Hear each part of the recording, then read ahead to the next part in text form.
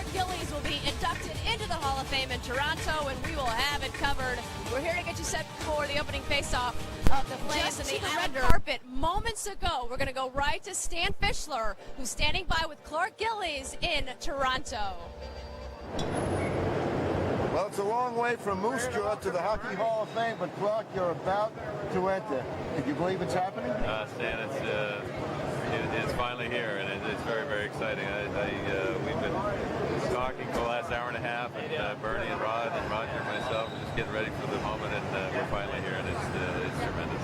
And when you got the news, you cried the tears of happiness. Tell us about that when you got the phone call at the airport.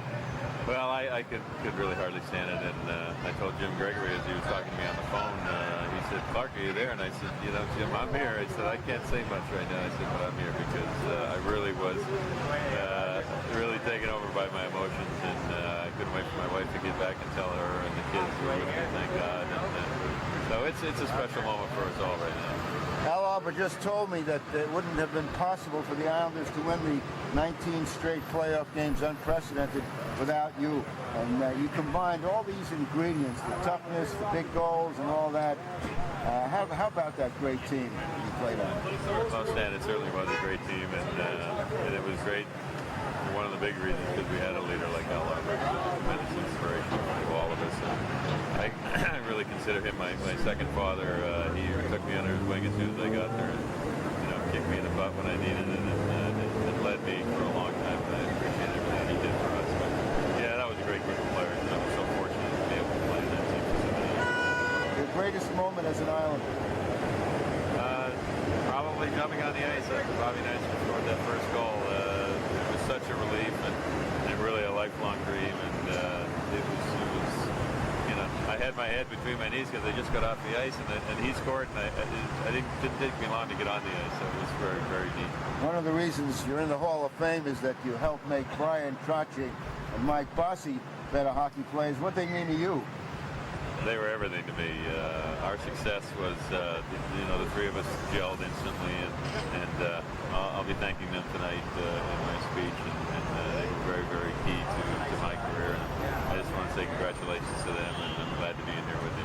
Thanks very much, Clark. Thanks, Tim. It's a long way to Moose Jaw, and now Clark is going to be walking into the Hall of Fame to accept his membership. A really great event. Take it away, guys, at Nassau Coliseum. Okay, Stan, a very emotional Clark Gillies on his milestone night. How great for him and his family to enjoy this wonderful weekend and wonderful evening in Toronto. So well deserved. A remarkable career, a legendary Islander, Clark Gillies, will join his legendary line mates in the Hall of Fame. Bossy and Trottier are already in. He joins his coach and his general manager. The legendary brawls with Terry O'Reilly, a part of what made him such a special player. That 1980 series really put the Islanders on the map. His number was retired here at the Coliseum in 1996, 10 years after he retired, and they raised his number 9 to the rafters. So Clark Gillies had his moment here, and this was the scene from this morning, the gorgeous building that houses the Hockey Hall of Fame in Toronto, and joined by Bernie Federko and Rod Langway, who will also be inducted tonight. They're just about a half an hour away from the official ceremonies, and our Stan Fischler got a chance to chat with them, and it's just like winning the Masters. You get a blazer that fits, and officially welcomed into the Hall of Fame with that dark blazer, and he's got 4 Stanley Cup rings, and now he has a Hall of Fame ring. He's ranked 4th on a lot of all-time lists for the New York Islanders. Prided himself on being a tough player who did not have to take a lot of penalties. Beloved by his teammates, number 9, who played with the Islanders until 1986 when he hung up the skates. So that's Clark Gillies' night. The rest of the night in Toronto still to come. We will take a quick break, and when we come back, an update from the MSG Sports Desk. See you later. Our next inductee was the kind of player you'd have done anything to have on your hockey team, and that your heart would sink a little bit before a game if he wasn't, and he was on the other side. You'd want him in your colors because he was one of the true power wingers in the game's history. His will to win, his skill around the nets, and his punishing yet honest style of play was always tough to match. I had the pleasure of watching him during his entire junior career with the Regina Pats that ended with a Memorial Cup championship in 1974. And in his 12 seasons with the New York Islanders, his work ethic and leadership helped write a storybook career, and laid the cornerstone for one of hockey's most powerful dynasties. He'll always be remembered as an irreplaceable component of one of hockey's greatest lines, along with Mike Bossy and Brian Trottier. But it's because Clark Gillies was universally respected as a dominant force throughout his career that he is rightfully entering the Hockey Hall of Fame tonight. The Western Hockey League is known for toughness, and when you have some size, it doesn't take long to be initiated to the WHL style of play.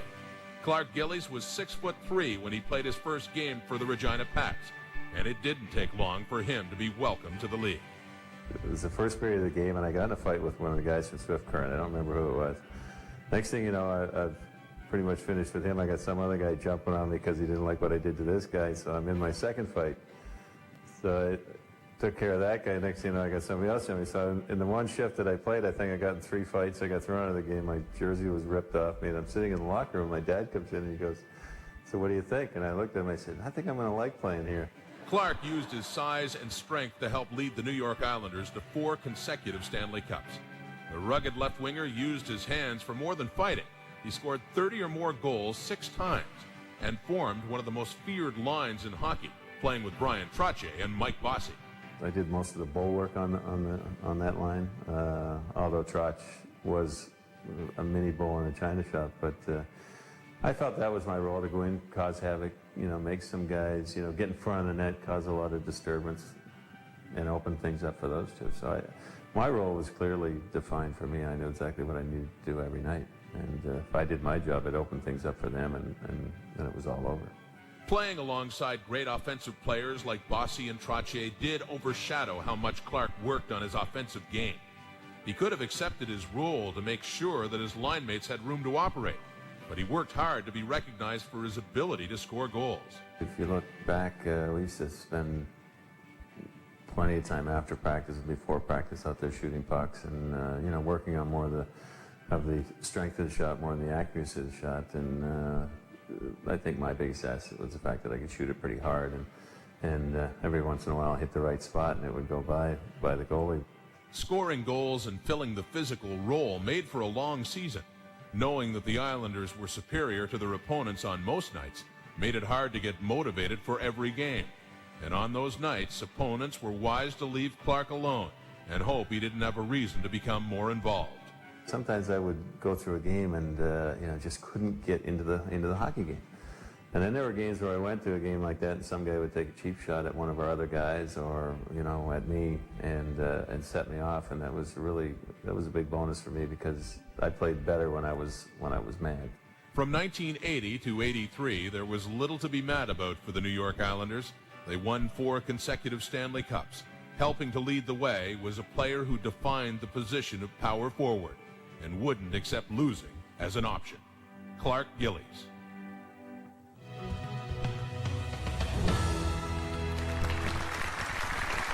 The Hockey Hall of Fame is pleased to induct Clark Gillies in the player category.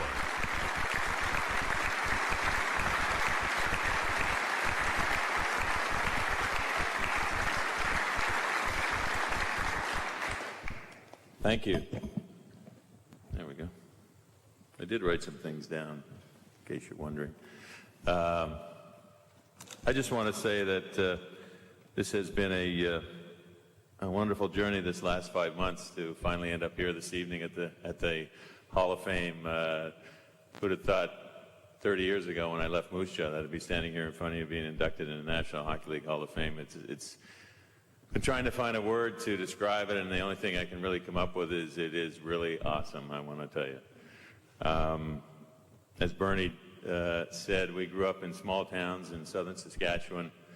We're involved with a lot of great people, both from a coaching standpoint and from playing with a lot of really devoted kids. One of the young kids asked me yesterday, what's the difference in playing hockey now growing up than when you grew up? I said, well, you kids don't have to play outdoors in 20 below zero temperature. But that was special. That's what really made us, I think, a little bit tougher and what's gotten us to this point. There's certainly a lot of people along the way that have certainly been a big part of my career. normally you go from the beginning and work your way to the end, but I just want to take a moment to recognize Mr. Bill Torrey, who had the infinite wisdom to draft me in 1974, and I'll always thank you for that, Bill. Certainly a gentleman that I respect probably more than anyone in the National Hockey League or anyone in my hockey career is my coach, Al Arbour. Al, I'm so happy that you're here tonight, you and Claire, and thank you very much for all you did for me over those years. I want to just take a moment to talk about my teammates. You don't get here by yourself. I was fortunate to play with two great line mates, Brian Trottier and Mike Bossy, who are in the Hall of Fame. I want to congratulate them here tonight. Also Dennis Poffa and Billy Smith, who are here. It makes me very proud to have been part of what I think may have been one of the greatest hockey teams that's ever assembled. I want to thank an individual that played on that team. Certainly the whole team is special to me, but Bob Nystrom was my roommate for many, many years, and the story I told earlier is an example of the kind of things that Bob did for me, and if it wasn't for him, a lot of those nights when I couldn't motivate myself, he was there kicking me in the butt and making sure that I did the things that I was supposed to do. Going back in my early days in my career, I was 10 or 11 years old playing in Moose Jaw, and I was playing Pee-wee. I was about head and shoulders above every other kid on the team, and I decided that I wanted to play at a higher level, so I went to a fellow by the name of John Hunter, who was in the audience here tonight. John was certainly a great person at that time. He gave me the opportunity to go out and play with older kids, because nowadays if you're 11, you got to play with 11-year-olds. I was 11, I played with 15-year-olds. Gave me an opportunity to play with my brother for many years, and John, I want to thank you very much for all you did for my career. When I went to Regina, funny story, because I had gotten a call. We didn't have a junior team in Moose Jaw at the time, so Earl Ingerfield was in Regina, so he and Del Wilson came down to see me, and they said, you know, would you like to come and play in Regina? And I said, I really didn't think that I was able to do that. I didn't think it was good enough. I didn't have the confidence in my ability. Then after the game with Swift Current, I felt like it would, as they said, it would be a neat place to play. I went down there. I want to thank Earl Ingerfield for making me feel that I had an opportunity to play in the National Hockey League. Earl was the one that told me that, listen, kid, if you apply yourself, work at your game, you've got the size, the ability to be a great player in the National Hockey League. And it wasn't until then that I really started believing in it. I want to thank Earl for his encouragement. Also, Del Wilson and Bob Turner. Bob took over for Earl after the first year and led us to the Memorial Cup in 1974. I know Bob's had some problems. He's back in Regina watching, and Bob, thank you very much. I want to just say a couple of things about my family. My brother Doug is here with Susan, my nephew Matthew, and my niece Courtney. Thank you for making the trek from Moose Jaw. I hope it's been a fun weekend for you. We've certainly enjoyed having you here with us. I want to say hello to my sister Diane and my mom, who are back in Moose Jaw. I know you're watching. I love you both, and I'll call you later. Before I lose it totally, I should say something about my lovely wife Pam. 27 years with me has not been an easy task, but she's stuck with me through thick and thin, and given me three beautiful daughters, Jocelyn, Brooke, and Brianna. Cherish you all forever. Thank you for your support. Oh, I must mention my new son-in-law Joe is here with us as well. Jocelyn and Joe got married this summer. And in closing, I just want to thank the person that was most important in my life, my dad, who didn't get a chance to see us win the Stanley Cup, but Dad, it truly is awesome, and I know you've been watching every step of the way. Thank you all very much.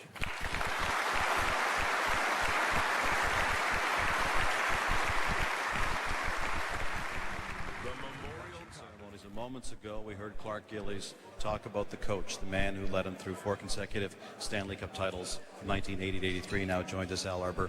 And Al, he used the word respect in talking about you. When you think of him, what word and thought comes to your mind? Well, a lot of people think just about his toughness. I think about his class.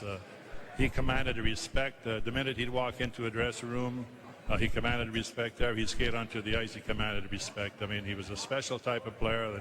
And a lot of people forget, they think about his toughness, but he worked very, very hard to become the type of player he really was.